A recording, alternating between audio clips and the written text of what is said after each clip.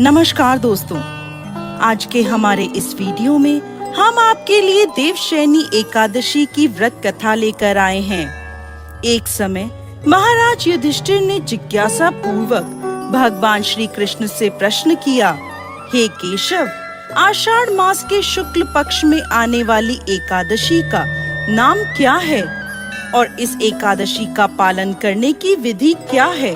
युधिष्ठिर महाराज की जिज्ञासा सुन भगवान श्री कृष्ण बोले, हे धर्मराज युधिष्ठिर, ध्यान पूर्वक सुनिए।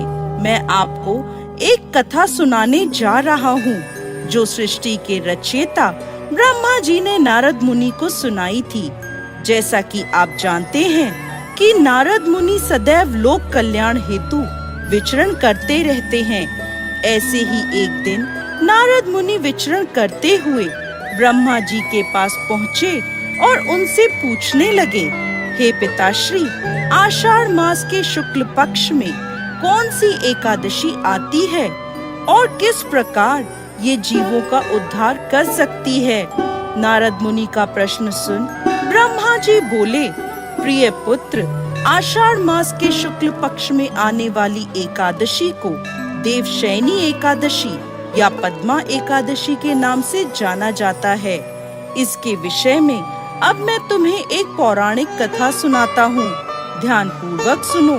सतयुग के समय में पृथ्वी पर सूर्य वंश के अत्यंत पराक्रमी और धर्मपरायण राजा मानधाता राज्य करते थे।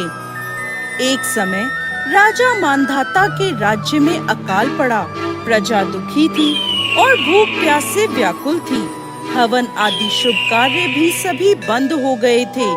यह देख राजा को बहुत दुख हुआ।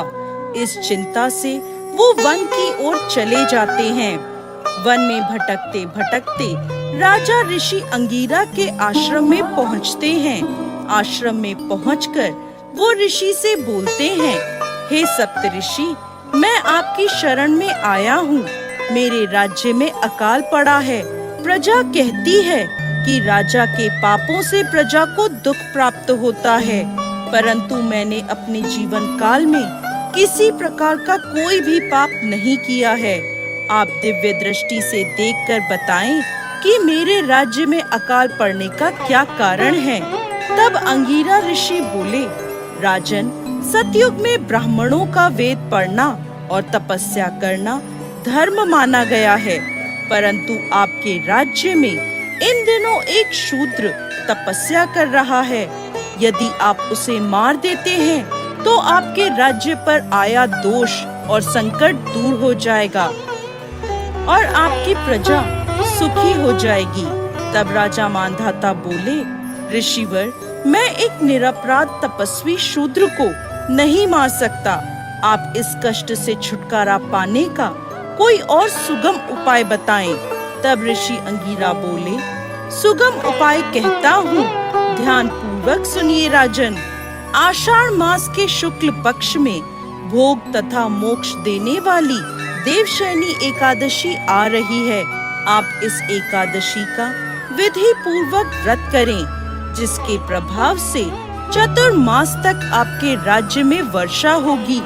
इस एकादशी का व्रत सिद्धियों को देने वाला तथा उपद्रवों को शांत करने वाला है। ऋषि अंगीरा की बात सुनकर राजा मानधाता उन्हें प्रणाम कर अपने राज्य की ओर लौट गए और अपनी प्रजा के साथ आषाढ़ मास के शुक्ल पक्ष में देवशयनी एकादशी का व्रत किया, जिसके फलस्वरूप उनके राज्य में चातुर्मास तक घनघोर वर्षा होती रही। साथ ही साथ राजा के और प्रजा के सभी कष्ट दूर हो गए। कथा का समापन करते हुए ब्रह्मा जी ने नारद मुनि से कहा, हे नारद, यह व्रत समस्त जीव आत्माओं को मुक्ति प्रदान करने वाला है। आगे भगवान श्री कृष्ण कहते हैं, हे राजन, यह एकादशी इतनी प्रभावशाली है कि जो भी व्यक्ति इसकी कथा का श्रवण या पठन करता है वह पाप मुक्त हो जाता है। भविष्य उत्तर पुराण के अनुसार इस एकादशी के दिन से भगवान श्री हरि विष्णु अन्य देवताओं के साथ 4 महीनों के लिए योग निद्रा में चले जाते हैं। इसी दिन से चातुर्मास का प्रारंभ होता है, इसलिए इन दिनों में कोई भी मांगलिक कार्य, यज्ञ आदि नहीं किए जाते। जय श्री हरि विष्णु।